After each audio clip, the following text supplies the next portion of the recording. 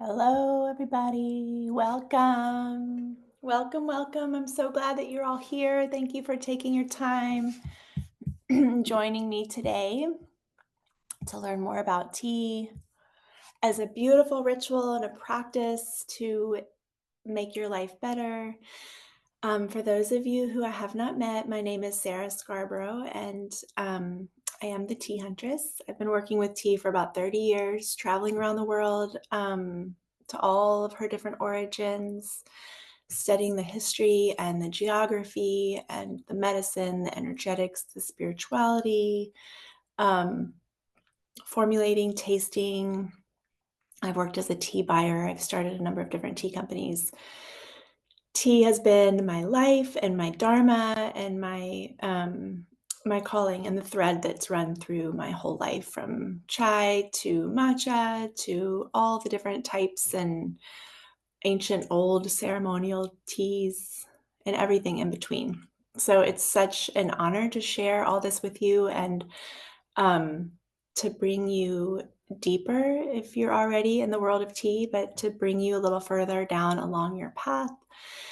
So, again, thank you for being here. We'll probably be about 45 minutes or so today. Um, and there's so many different ways to look at tea. Tea is a connector. She nourishes us and heals us and guides us and is such a beautiful companion and friend to have through your life, making every day more warm, more healing, more intentional, more full of awareness, healthier. But for this class, we're going to be talking about tea specifically as a ritual and a practice because the world needs more tea right now. It needs more yin, it needs more softness, it needs more stillness, it needs more of the feminine. We all need to slow down and to ground because we're in a time of transformation. And when we go through times of transformation, whether that's seasonal, from season to season, or life transitions, birthing, dying, separation, coming together, having a baby, all the different rites of passage that we go through, times of transition require stillness and groundedness and connection, not only with each other, but also with earth, with divinity, with ourselves, so that we can make good choices and calm our nervous systems and live our lives with more joy and more purpose and more happiness and cultivate our lives. So that's what tea is about. And that's what this is as a ritual. I want to also introduce that this class is kind of an intro to a larger course that I teach ongoing at different times throughout the year. It's called the Art and Ritual of Tea Online Certification Course. So it's a 3-month cohort, and the course is it's a 3-month period of time that you can join other people who are learning about tea in order to share tea with authenticity and impact in your life. So whether that means sharing it as a career or a way to support your career more, or just for your friends and family, to bring your family together, or just to have something nice to share with your friends that's not coffee or wine. This course is taught over 4 modules: earth, water, wind, and fire. And so in the earth, we go through and we talk about tea as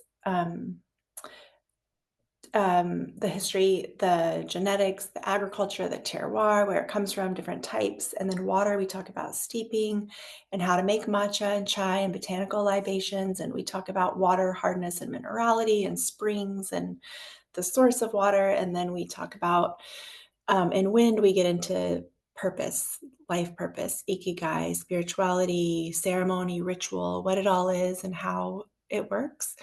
And then in fire, we alchemize into the teacher and we start to share tea out in the lives of our friends and family and communities.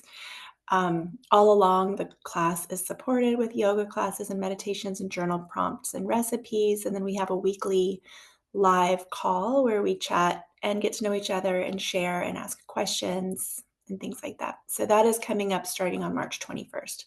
And this is a beautiful class in and of itself. And my intention for this class is to give you the tools that you need to bring tea into your life as a meditation and a practice that can help you to still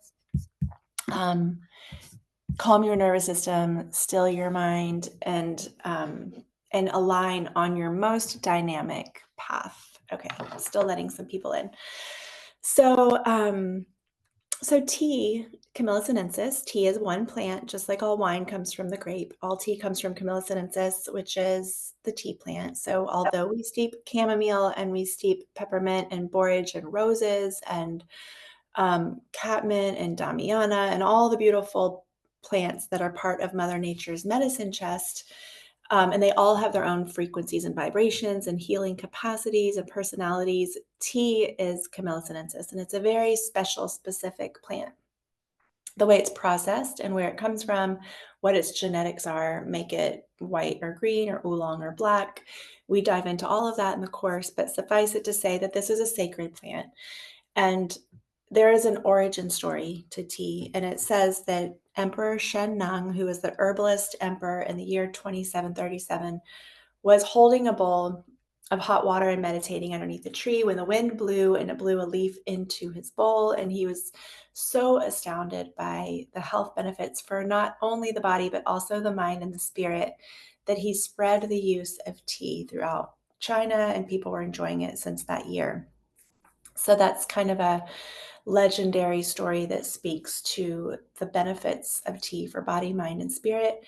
But if you wind the clock back way farther behind Emperor Shen Nung, you get to the hill tribe people in Yunnan, China. So Yunnan, China is the birthplace of tea. And the people there, the hill tribe people there, have been revering tea as their goddess for millennia, and way before Emperor Shen Nung's story.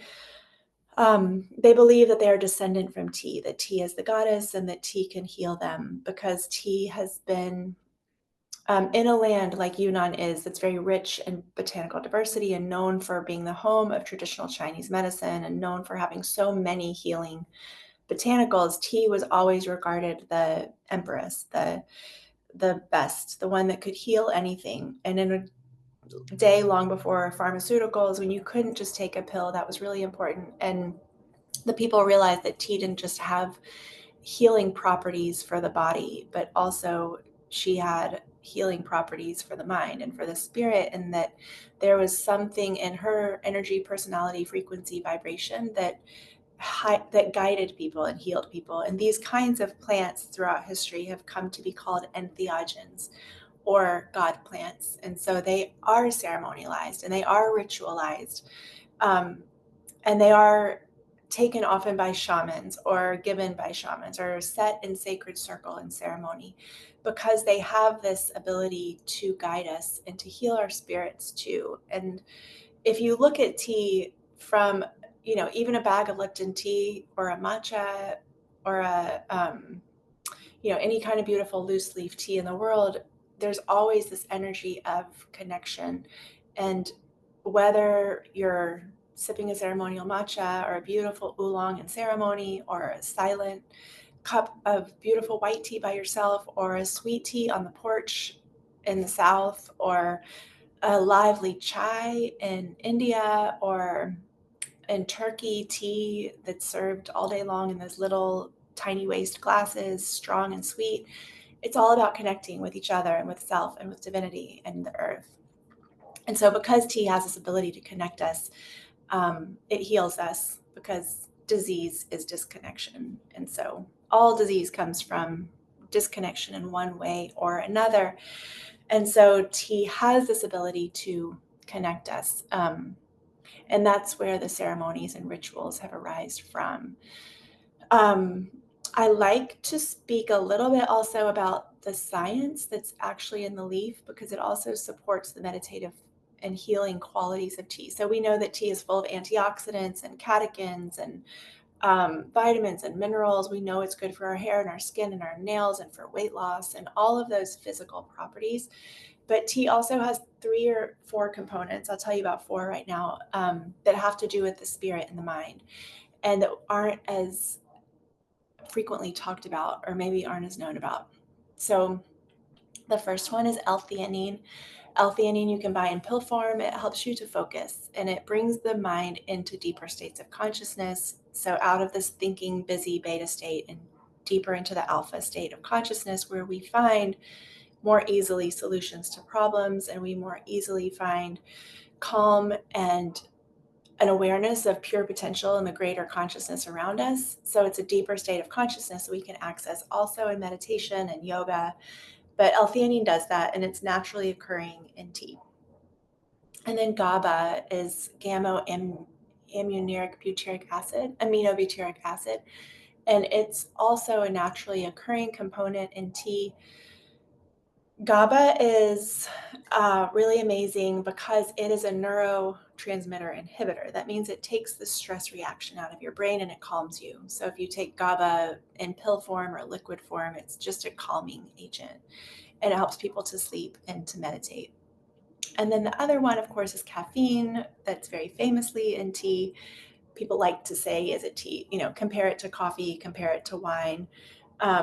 Tea is distinctly its own thing, so very different from coffee. And the caffeine in tea is also very different than the caffeine in coffee because coffee's release is kind of all at once and then it comes down. And tea, because the caffeine binds with the catechins, it releases less of a spike and it sustains over a longer period of time. And so it brings you this together, especially with the GABA and the L-theanine, it brings you into this state of calm, alert, focus, which is Zen mind.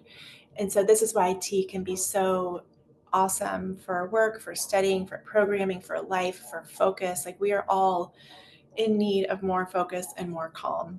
And we don't want to just tap out either. So there's that alert quality that keeps you alert, alive, awake, but calm and focused. It's a very empowered mind state to be in.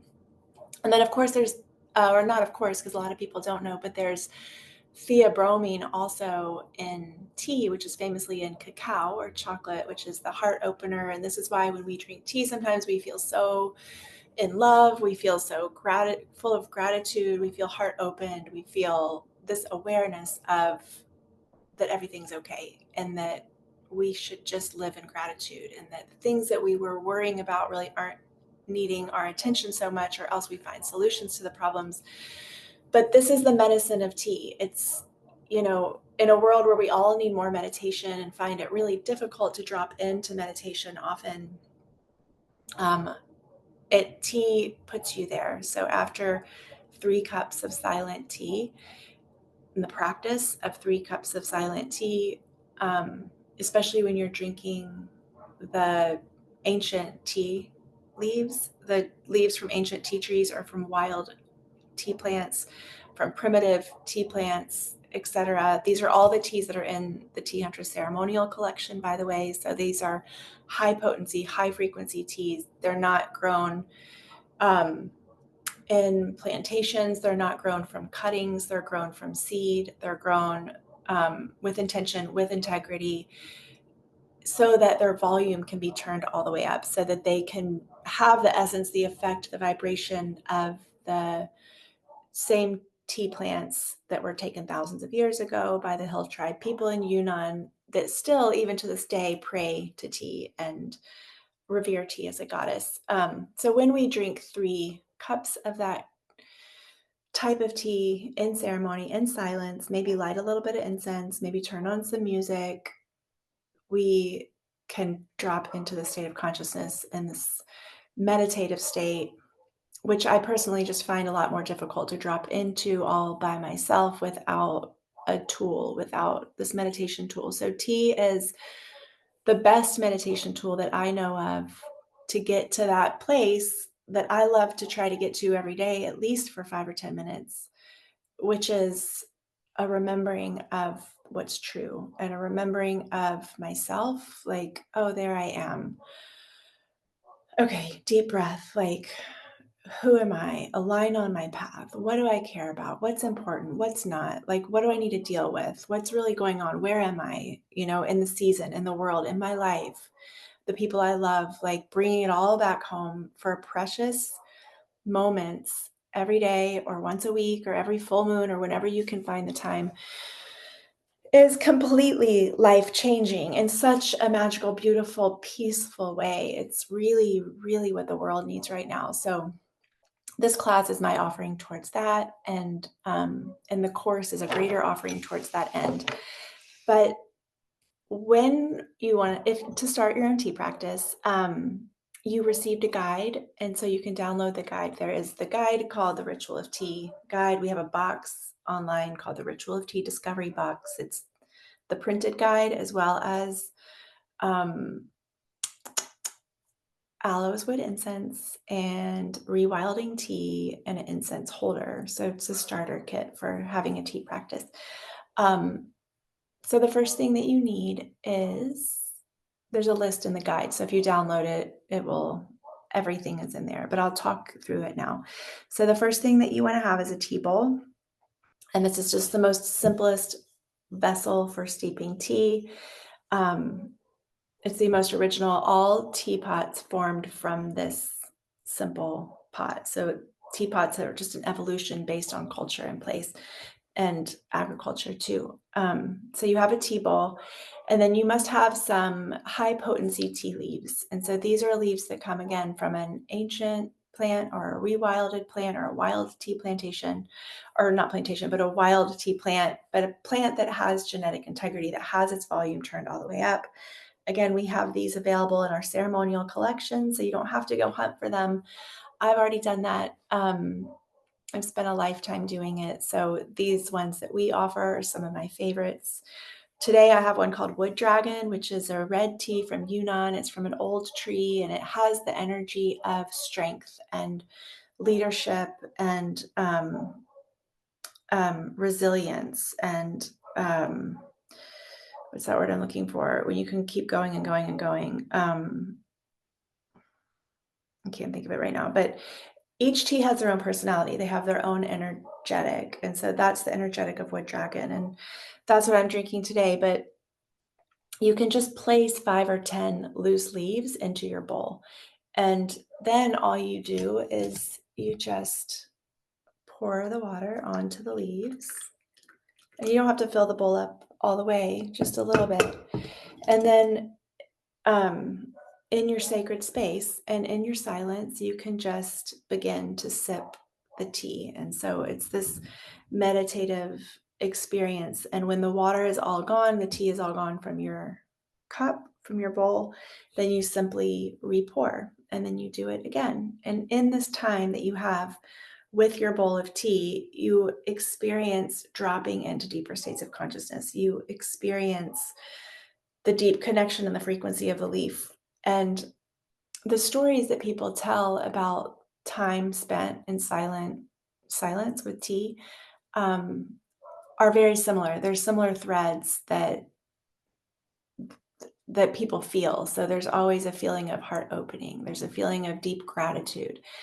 There's a release, often crying, gratitude, just happiness, peace, calm, connection, solutions to problems. These are all really normal experiences to have.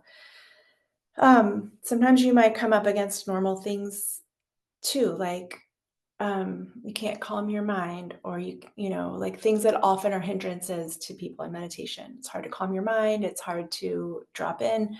But the thing about tea that's so beautiful is that it tastes great and it smells great. And then we create this beautiful space around it, which I'll talk about in a minute, that make you not feel like, oh, I have to meditate, but more like, oh, I get to meditate.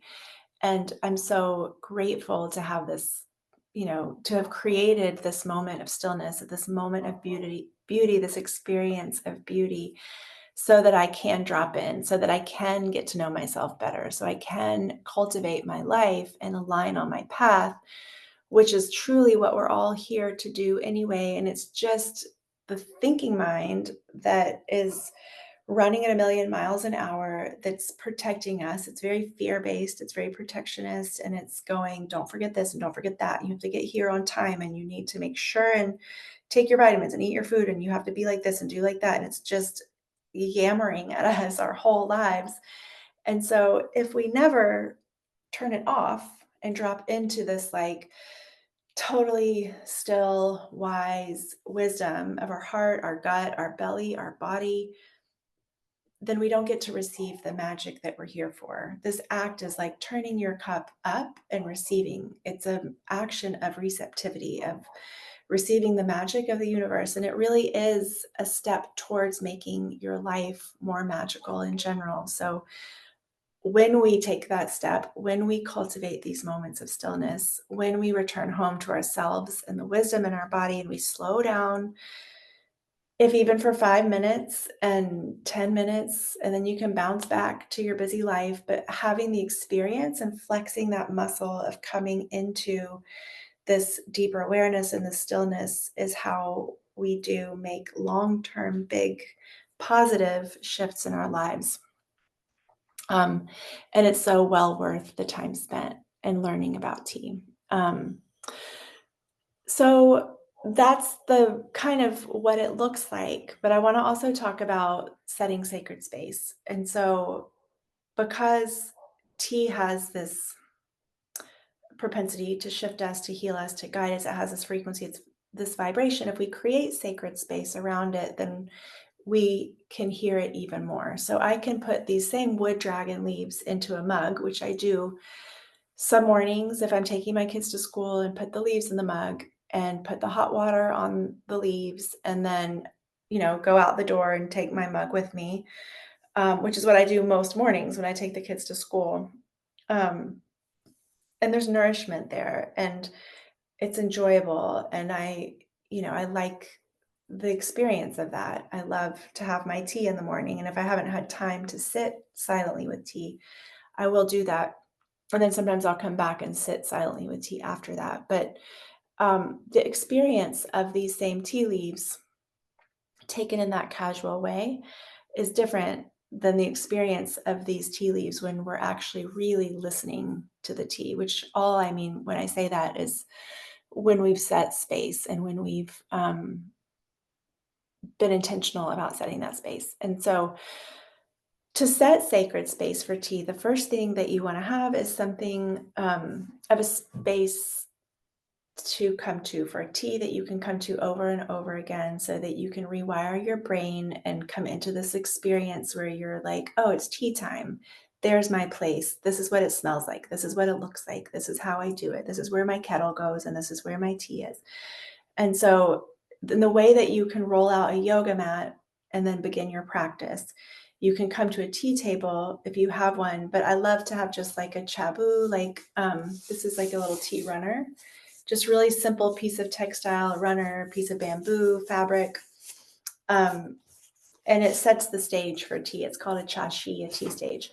Um, a chabu is the actual name of the textile, the runner, but it sets the stage. And so once you set your stage, you can add things to your stage, like a little bit of incense. You don't want to add really powerful incense like copal or like, Palo Santo, which is kind of big and smoky. You want to add very natural, delicate, organic incenses that will not overpower the tea, because on the tea stage, tea is the star of the show.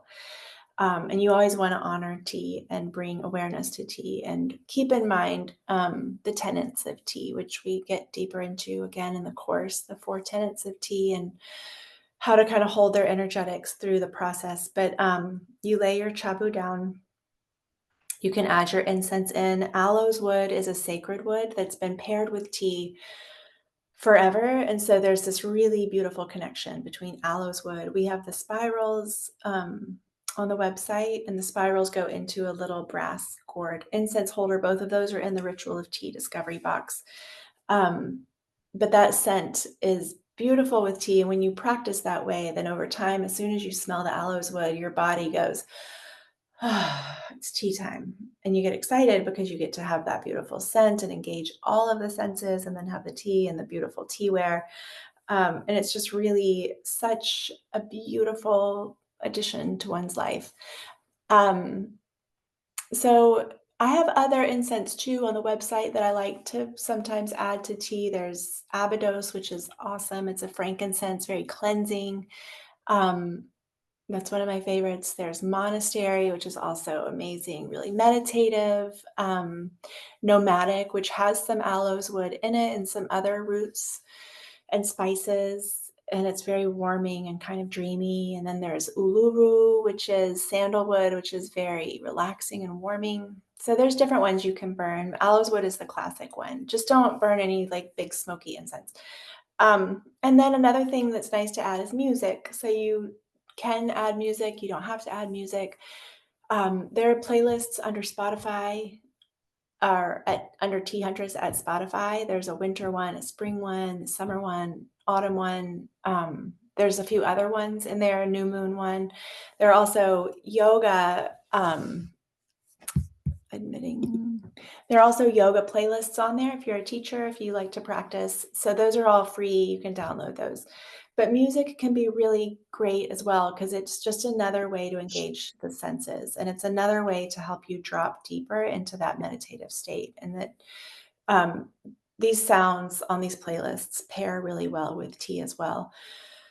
There's also something about silence that can be really healing, especially if you live in a world that's really loud and you don't get silence ever. It can be really nice, and especially if you're at the ocean or if you're on a mountaintop. If you've been for a hike and you have like a thermos of hot water and a tea bowl and some beautiful tea, that's such a beautiful experience. It's really lovely just to hear the wind in the trees and to hear the ocean waves and to hear total silence. If you're in the desert somewhere, just silence can be so healing. But the music is also a really beautiful thing to add to the practice. So the other thing is water. And so, one thing I forgot is um, decoration. You don't want to decorate your tea stage too much. It's really all about the tea. There's a wabi-sabi aspect here. Less is more. Take something away, don't add to. Keep it clean, keep it natural, keep it simple, keep it, keep in mind the um, perfection of imperfection and natural materials when you are setting your space for tea. So it's your canvas and you can make it whatever you want to. But in the ethos, according to the tenets of tea, it's really about nature. It's about less. It's about even maybe reappropriating something from nature for like, this actually is a good example. This is a shell that I found. So this is not some special thing that I bought on the internet. It's just a shell I found in the ocean and I like to put my tea in it. It's a beautiful holder for tea. Um, so that's just one example of a way to really bring the aesthetic of tea, because this aesthetic of tea is also in and of itself very healing because it is an aesthetic of simplicity. And one thing that Tea Huntress teaches is that simplicity is a luxury. And so in a world that teaches us that, Gucci and Louis Vuitton are luxury, or a certain car or house or clothing brand or whatever, real luxury is simplicity. Real luxury is nature. Real luxury is time with people that you love, that love you back, that you can laugh and share beautiful food and feel peace. That's luxury in these days. So, yeah, so keeping it natural, keeping it simple, but it's also really beautiful to add something from nature. And if you, again, are having tea on a mountaintop or at a beach, you don't need to do this. But if you're inside, if you live in an apartment, if you live in a city, if you crave more nature in your life, bringing a spring bud to your tea table, or bringing a winter branch, bringing an autumn leaf, bringing some flowers, going out the morning before tea, even foraging something from nature, just bringing a pine cone in that you found in the wintertime, an evergreen branch, um, whatever it is of the season that might be symbolic of the season or of where you are in your life, or if you're serving tea for somebody else, something that's symbolic for them of where they are in their lives. There's so many ways to bring beautiful symbolism in through plants and flowers, and other elements of nature. So setting your tea stage in a way that's really simple and beautiful, that highlights the tea, and The other thing you want to think about is your water. So the big difference between tea as a beverage and tea as a meditation or a ritual is that when you're preparing tea as a beverage, you're generally preparing it in the kitchen. You're making a jug or a cup or iced tea or a drink, and you're usually just making one, or you're maybe making a few for friends. But when we're talking about tea as a meditation and as a ritual, we're talking about more the Buddhist lineage of tea, not the British lineage and not the more modern lineage. And so you want to have water by your side because you're steeping and resteeping and resteeping. This is time spent. This is a session. This is 3 cups of tea. This is not tea on the go. It's not 1 cup, although it can be. So if you want to make 1 cup and have that be your time, you can do that too. It doesn't have to be 3 cups. I don't want to say it does. And you don't have to sit in any certain place. It can be as simple as, even if you love to make your chai in the morning, it can be as simple as drinking that in silence. And just, chai isn't normally thought of as a meditative tea because the tea in it, the camellia sinensis in it, is not like a high vibe tea usually. But it is a beautiful, powerful drink. And I love to have chai. And if you, it's just not typically the meditative beverage. So what I'm talking about more, I guess, with meditation is like long, loose leaves from ancient plants and wild plants, etc. But whatever you decide to do for your ritual, which of course it's completely up to you, it's nice to have the water on the ready. And so whether your hot water is a thermos or if it's like a kettle like this one that sits on an electric hot plate or a brazier, if you have your water hot and by your side, then your space is complete and you can just sit down, put some tea in the bowl, and you have your water right there. And so just in the same way that that tea is best when it comes with like as close to the earth as possible and as wild as possible. We need more wild in our lives. So the more we can drink wild teas and drink wild waters and forage wild plants, eat wild foods, all of that is better for us. We need to preserve that which is wild in our life, in our lives in these days when there's so much domestication happening. But so spring water is the best. You can also filter your tap water. But spring water is great. There's a really great website called findaspring.org. If you don't know about it already, it's so awesome. It's in the resource section in the back of the Ritual of Tea guide. But it's a map of water drinking springs across the world, and also soaking for hot springs, like if you love to go soak. But the more you can connect with wild waters, wild foods, wild teas, it just increases your vibration and it's healthy. And there's, in these wild teas that have deep tap roots, for example, there's a lot of rare earth minerals and elements and energy that you receive from drinking them that you don't get otherwise. Our diets are so lacking in minerality, and the water has wild natural minerality and the like trace minerals and things like that. It's also available in these old tea trees and wild tea plants because they do have really deep taproot. And if they've been growing for 100 years or more, they have this ability to access these trace minerals that our bodies need. Okay, so, if you have then your tea, you have your bowl, you have your water, and it's hot, and you've set up your tea stage, and you have a flower, whatever you brought, then you sit and you have your bowls of tea like I showed you. And so what is it in that space that's happening? And again, it's really just an act of receptivity. It's a meditation. It's a time to be silent.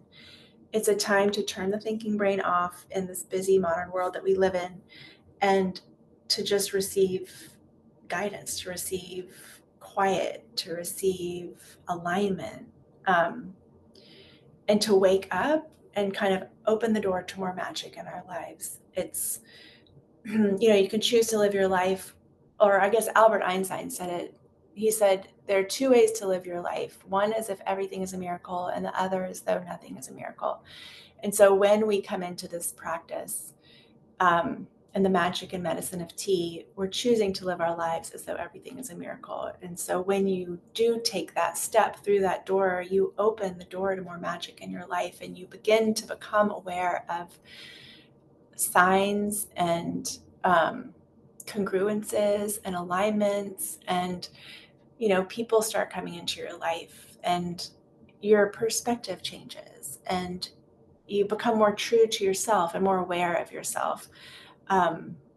Knowing yourself is such an important part of all of this work, and it's how we manifest, it's how we increase our vibration, it's how we become more magnetic, it's how we become more joyful, like, and knowing, honoring, and loving ourselves and walking our path of alignment. And tea really helps to get us there, in so many different ways.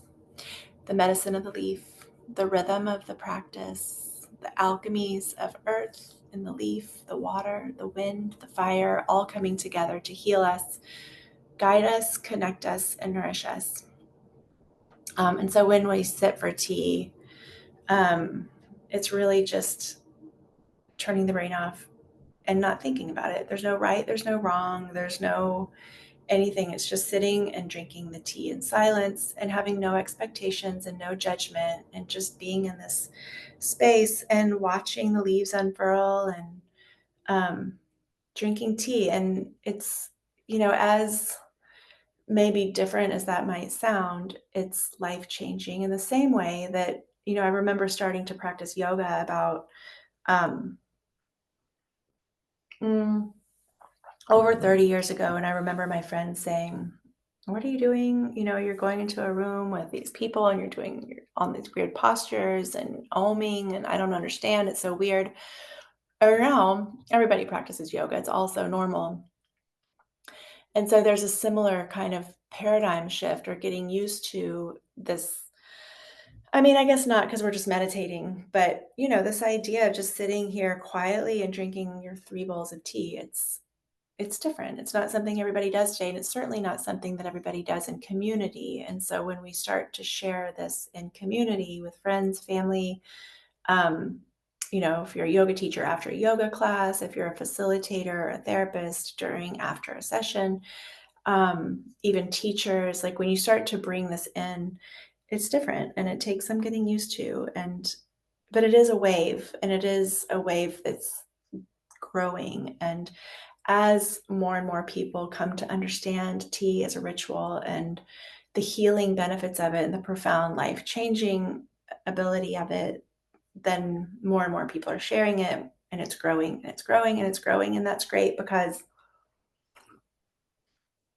it's what the world needs right now. So tea, I believe, I'm going to look up a quote for you all. Tea is the panacea. It's the cure of modern life. It's the slow, it's the cool, it's the steady in a life that has grown very hot and very fast and very loud. It's what can bring us back to center and help us to move through our lives with grace and strength and an ability to, make good decisions. Okay. There's a monk who passed away a year or two ago. And you've probably heard of him. His name is Thich Nhat Hanh, and he has written heaps of amazing books and started Plum Village, which the first one was in France. And then I believe the other one's in New York. But he was really famous for writing about tea. And he grasped this essence, this pure essence of tea, and what tea as a practice is. And there's a quote that I'm going to read you, because I think it speaks so beautifully to what this practice is. And one time I was on retreat that I was leading in Mexico, and a woman who had never come to tea before sat down, and she had the experience of tea ceremony, and she began to cry. And afterwards she got her journal out and she wrote this passage about what she was experiencing. And I read it and I said, that is almost exactly what Thich Nhat Hanh wrote about tea. There's just this thread, this very similar essence to it. And I can teach you about tea for days and hours and weeks and months and years. And we can talk all about all the details and all the ways and all the types and all the ceremonies and rituals and ways to do it. And this one passage really just sums it all up. So I think it's really beautiful. And I'll read it to you now. It says, tea is an act complete in its simplicity. When I drink tea, there is only me in the tea. The rest of the world dissolves. There are no worries about the future, no dwelling on past mistakes. Tea is simple, loose leaf tea, hot pure water in a cup. I inhale the scent, tiny delicate pieces of the tea floating above the cup. I drink the tea, the essence of the leaves becoming part of me. I am informed by the tea and changed. This is the act of life in one pure moment. And in this act, the truth of the world suddenly becomes revealed. All the complexity, the pain, the drama of life is a pretense, invented in our minds for no good purpose. There is only the tea and me converging. And that's just kind of how it is. It's wild to me how many times I've sat with a bowl of tea and just had these profound awarenesses of the universe and of my life and who I am and what I want, and conquering fears and stepping into more alignments and truths and calming the nervous system. Every time I sit for tea, it's like, oh, okay. Even if I didn't think I was stressed out or that my body was holding, it's like a hot bath. I'm Finnish, and so we do a lot of saunaing in Finland, and I think that there's something so similar. And perhaps why I love this so much is that it feels like an internal cleanse. It feels like an internal sauna. It's like 3 bowls of tea feels like a daily cleanse, not only for my body, but also for my energy and my mind. And so it's just really, really healing. And I hope that you will dive deeper into it and learn more and fold it into your life and share it with your friends and your family, your communities. And if you are interested in the bigger course, the whole certification course, then that does begin on March 23rd. And you will be getting a discount code for it, I think, right after this class. And it's everything I've learned in 30 years of working with tea in all different capacities. So, yeah, it's a beautiful process. And it's actually all women that are in it right now, which I love. You get free access to the Circle membership when you're in the course too. And so that's some 10% discount on the website and all the retreats, and then a monthly online full moon tea ceremony where we sit together and have tea and learn and share. So it's really beautiful. And the women who are in it now are just all saying they're experiencing more peace and more alignment, and they're excited to bring it into their lives in different ways. So if that resonates with you, I hope that you'll join us in the next spring cohort, which is March 23rd. And if you have any questions, please reach out to us about anything related to tea or tea huntress, nature, tea, alignment, connection, reconnection. Reach out and let us know.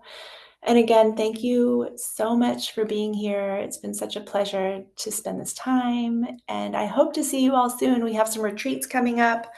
If you're around, well, check the calendar on the website. We have ceremonies, we have retreats, we have online classes, and then this summer I'll be launching some more shorter classes for June. Summer Tea School, we're calling it. So those will be some more kind of more 101 style tea classes. Okay, thank you all so much. I hope to see you all soon. Sending lots and lots of love. Drink more tea.